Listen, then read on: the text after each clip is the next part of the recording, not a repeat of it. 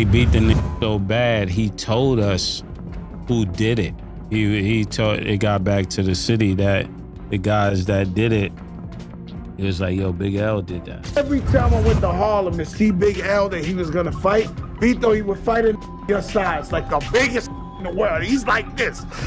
I'm like, oh my God. You roll bikes, we roll fives. There's no comparison, son. Just embarrassing. I'm running with some of the best men in the... Big L wasn't just known for his razor-sharp bars and insane storytelling. He was the one making noise in the underground before most even had a mic. But what people don't talk about enough is the double life he lived. Half rap star, half Harlem street soldier. And trust, the streets knew not to play with him. He wasn't afraid to throw hands, no matter who it was. Yeah, Big L was blowing up in the rap game, but the streets? He never really left. Born and raised in Harlem, L rolled deep with a street crew called NFL, headed by his older brother Big Lee. That meant Big L was locked into a whole other side of life.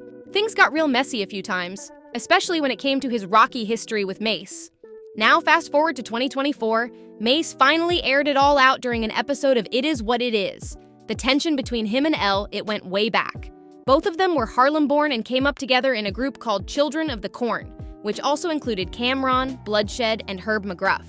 They were tight in the early 90s, around 1993, but L had already made a name for himself before that, tearing up the underground with raw freestyles and wild punchlines on mixtapes. Then boom, 1995, Big L drops his debut album Lifestyles of Da Poor and Dangerous. He earned big respect in the streets and in the industry, but things flipped the year after. In 1996, Mase signed with Bad Boy Records, and overnight became a household name.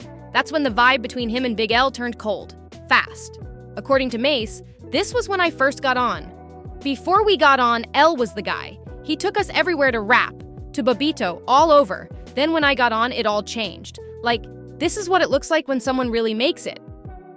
He went on to say that Big L started jacking parts of his style. He started using a few of my lyrics, like different compounds that I was using.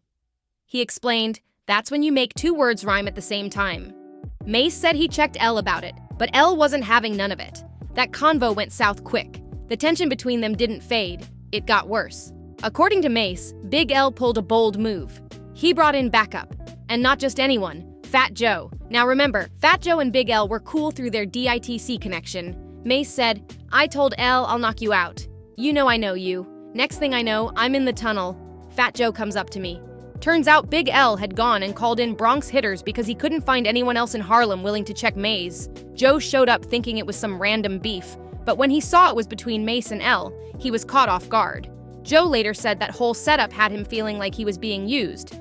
L said he had drama and needed help, but when I pulled up, it was Mase. Joe wasn't expecting that, and that moment changed everything. That wasn't even the wildest part.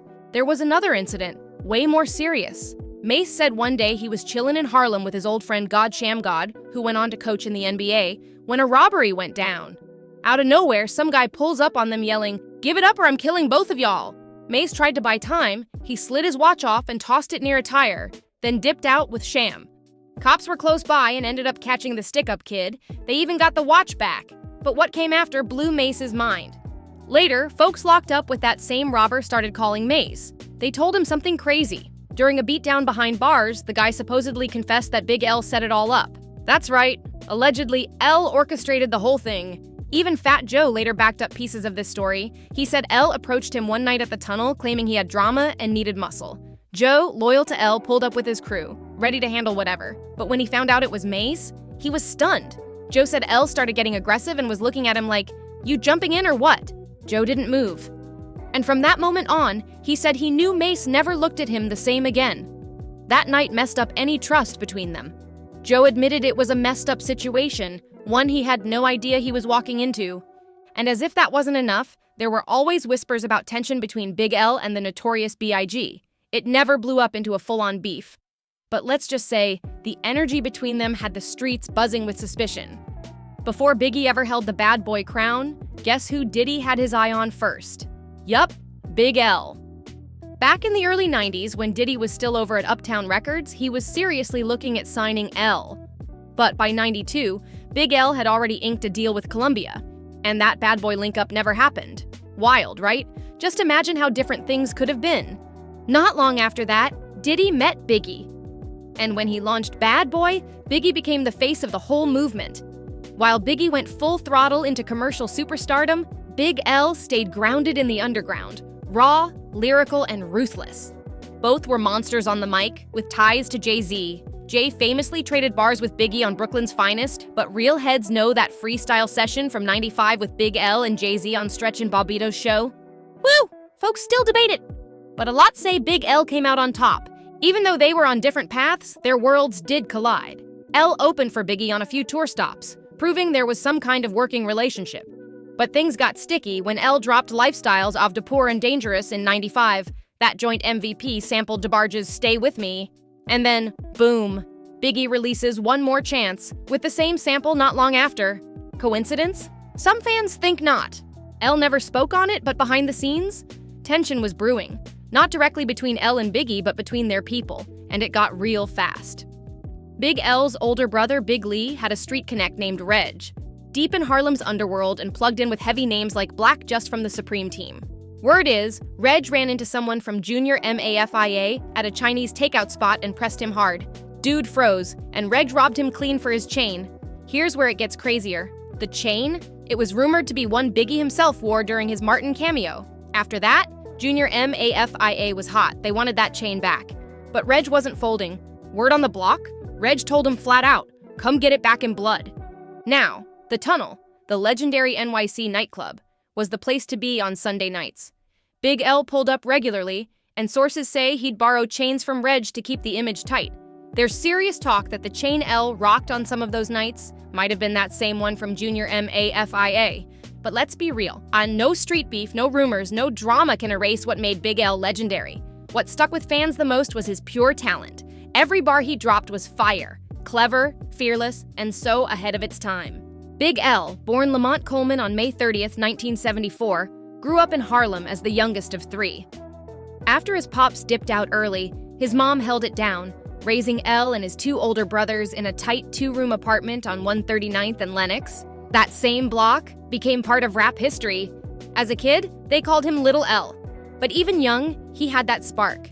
Everything changed when his older brother Donald took him to see Run DMC at the Beacon Theater.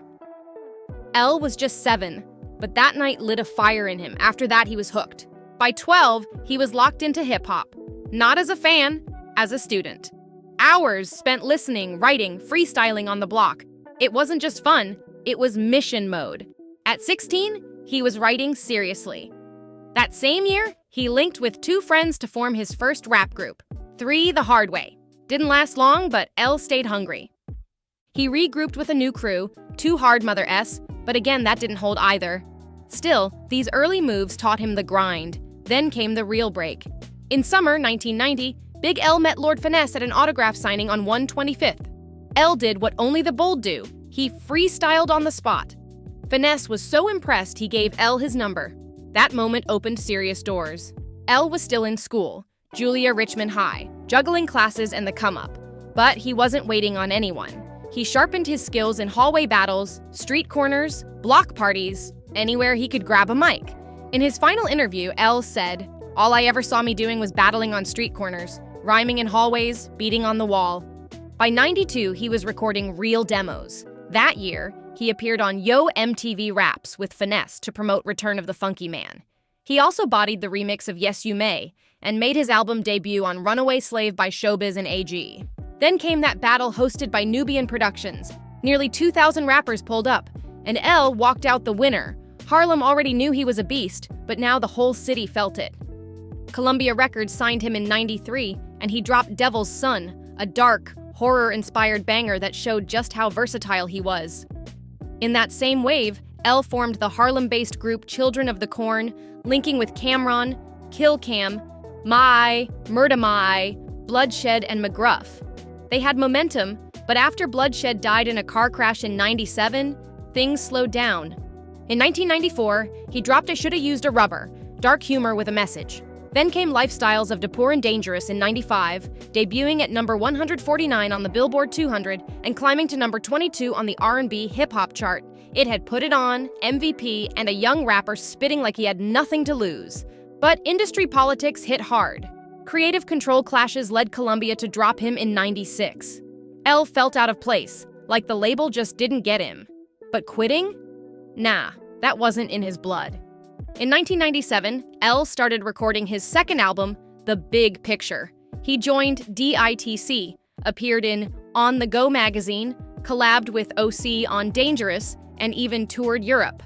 In '98, he launched Flamboyant Entertainment, his own label, no gimmicks, just straight hip-hop.